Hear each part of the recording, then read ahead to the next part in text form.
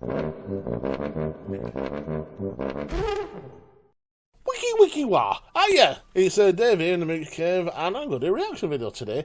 Normally it's to a trailer, but today it's one of the pitch meetings by Ryan George. Now, if you don't know who Ryan George is, he's a young comedian who does this series called Pitch Meetings. It was original for Screen Rant, now on his own channel, so don't forget to subscribe as well to that. Which he's basically playing two characters who look alike. And one's pitching a film, and the other one's saying, well, hang on a minute, well, he's basically picking up the faults of the film, which is the comedy of the sketch. And he's done from Aquaman to Zoolander, basically. But this one, he's relaunched today, is of the film Hancock, with Will Smith. Fair enough, because what a week it's been. I still haven't finished processing what's happened to myself. Well, we'll come back to that. Let's watch this. Let's have a mooch at this, and then we'll talk anything else. Smith, Mr. Smith, Mr. Anderson. Sorry. Let's hand over to that cock and watch Hancock. Oh, Brian George. Whew. You have a movie for me? Yes, sir, I do. I was thinking we have Will Smith star as a superhero, right? And we call the movie Tonight He Comes. Tonight He Comes. That sounds a little weird. That's what it used to be called as well. But it does sound a little weird now that you mention it. Well, maybe we can name the movie after his character's name. What's his character's name? Hancock. That sounds a lot better. Yeah, let's go with that. Fantastic. So what emphasis on the... Well, Hancock is this alcoholic superhero, right? And he's careless, you know, he's half-heartedly saving people. He's really not into it. So why does he do it? Because he's a superhero. I guess that makes sense. And he's got this thing where if somebody calls him an a-hole, that just sets him off. Like this little kid calls him an a-hole, and he launches him into the air. Oh, my God. So everybody hates this Hancock guy. Yeah, he's a bit so touchy, one day, isn't he? Hancock saves this guy, Ray, from getting hit by a train by honestly probably killing the train conductor. What? And see, the thing about Ray is that he works in PR. Puerto Rico? No, sir. He's a public relations expert, and he's trying to convince corporations to join his HEART initiative and give stuff away for free in ways that would help the planet, like medicine and stuff. Okay. So because Hancock saved Ray's life, Ray is like, hey, I can help rework your public image because everyone hates you. How does he plan on doing that? By sending him to jail. What are you talking about? We'll send you to jail, and then people are going to realize they need you. I guess that makes sense. So when he's in jail, he's going to have to deal with all these bad guys who want to beat him up since he's the reason they're in jail. It's going to be hard to get out of that situation. Actually, it's going to be super easy. Barely convenient. Oh, really? Yeah, because see, he's a superhero, so they were never a threat at all. Right. Why did they even think they could intimidate him? I don't know. I don't know. Anyway, so he takes a guy's head and shoves it up another guy's butt. Yeah, right. Wait, really? Yeah, that's a real scene in this movie. Hancock's going to put a man's head inside another man's butt. Oh, that would probably kill both of them, wouldn't it? Yeah, you'd think so, but I checked the script and turns out that's not deadly. But you wrote the script. I did, yeah. Okay. So after Hancock's in jail for a little while, there's a big robbery that happens, so the city needs him to help. Oh, yeah, he's got to get out of there. You know it, sir. So he gets ready. He puts on this costume that Ray made for him. He shaves. And then he, like, hurry up and get to the robbery. That was one of those all-day robberies where there's not really any rush. Oh, okay. So he gets to this guy's firing explosives all over the place, and he's got to help this one policewoman who's pinned behind a car. Oh. So they're shooting at him, and he goes and rescues this lady, and it's a very cool moment. Why didn't they shoot explosives at that car? Oh, unclear. And then one of the guys has a detonator strapped to his hand, so if he dies, all these hostages are gonna die too. Oh, no. So Hancock cuts the guy's hand off and saves the day. Oh, wow.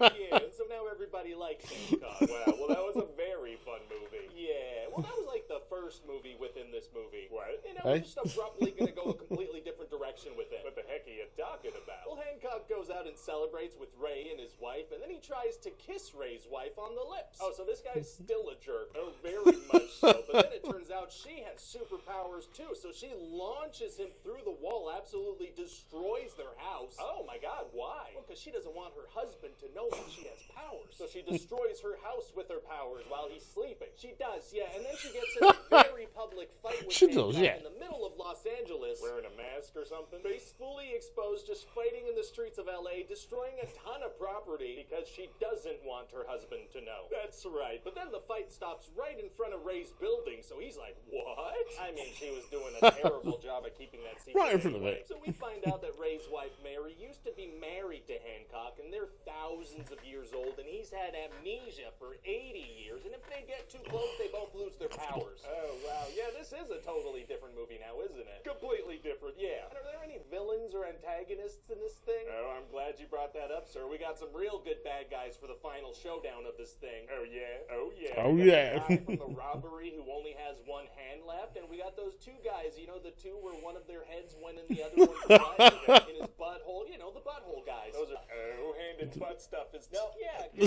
know that Hancock is losing his powers? No.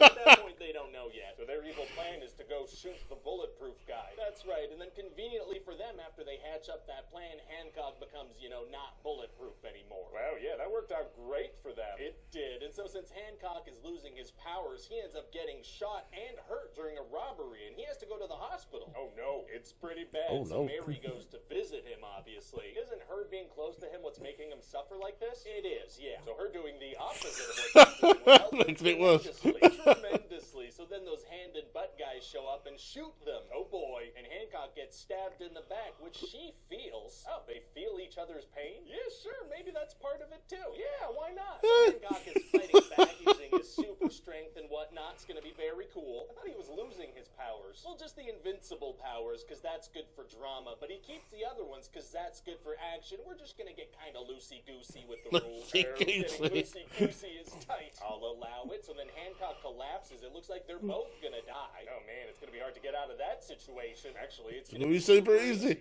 Fairly convenient. Oh, really? Yeah, see, Hancock starts running away, and that makes Every him week. feel a lot better. Oh, yeah, he just leaves, and that solves it. Oh, fantastic. And then one evening, Ray looks up, and Hancock has covered the moon with Ray's heart logo. What? Right up there on the moon. So that'll help him with his project. How will that help him? Don't only a handful of businessmen know that that's his thing? Yeah, but now Ray can be like, hey, everybody, that's my logo up on the moon, and it means give away your medicine for free. All right, so everybody please do that now. That's not going to play out that way. It might. How did Hancock even put a logo on the moon? Paint, I guess. You're saying he carried enough paint cans to cover the moon up into outer space. Yeah, that's like hundreds of millions of paint cans that he brought. Yeah, well, see, the thing you need to understand about the moon is that I'm going to need you to get all the way off my back about it. Oh, let me get off that thing. So what do you think? Well, I mean, it sounds like a fun movie, you know? Thank you. I'm just a little stuck on the part where what people say words to him and he turns to violence. That's right. I don't know. I'm having a hard time picturing Will Smith doing something like that. Yeah, I hear you. Like, I know it's a movie, but it's just that's so far from, like, Will Smith. Like, he would never, ever do something like that in real life that I'm just like,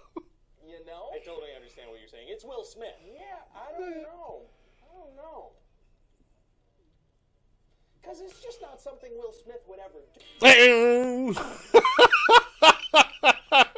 Hi, everybody. Ryan here. Thanks for watching our pitch. Right. Pitch meetings are now on their very own channel, so if you could hit So that get to the Ryan George. There you go. Absolutely brilliant. Ryan George's videos are brilliant. If you've never seen them before, there's about 150 episodes, and they're so funny. And they're repetitive, but definitely worth a watch. So that's the Ryan George. Go and seek him out now. As of that, again, he couldn't get him all spot on with the story, because I always thought Hancock was a bit of a weird one anyway, with Charlize Theron, who was gorgeous in it, by the way.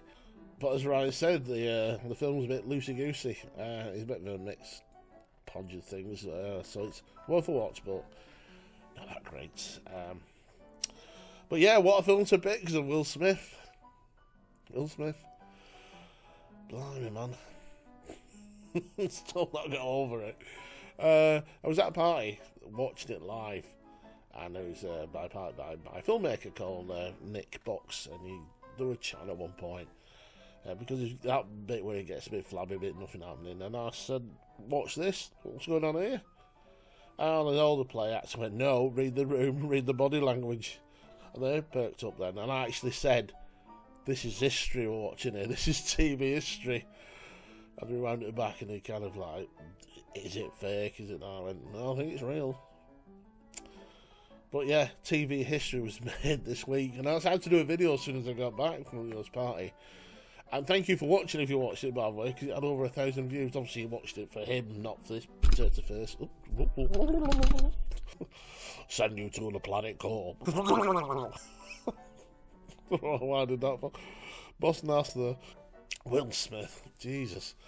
Somebody actually pointed out in the video, because it said like thoughts in the video, they said, we never give you thought. And I said, I don't know where to stand. I said, there's so many things.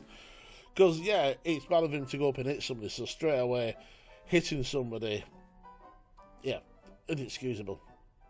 Something's got to be done. I know the academy are looking to disciplinary procedures, but it's the thought I thought, well, hang on a minute. All right, you can say Chris said a joke that was below the belt. I personally don't think he knew anything about the alopecia thing. I think it was just a beautiful woman being tough and strong. I think that's where he was coming from a comedian point of view. Because apparently she was laughing at one point as well, so it's a strange one. And then there's a question of, what was security? He just walks up, walks back, there's nobody about. I know there's that one guy who comes on and off with like the axe. It looks like that thing off The Muppets Tonight. Where were he? I don't know, he just seemed a bit of a mess. And like I said, it's historical because it's all going to change. Either they scrap the Oscars because it's all fat. Who cares now if millionaires win? It's lost its pizzazz, it's lost its shows business, it's lost its cabaret. What was all that about during that corner thing? It's something I'm missing somebody with this. It's something that happens in the film. To me, that means cabaret.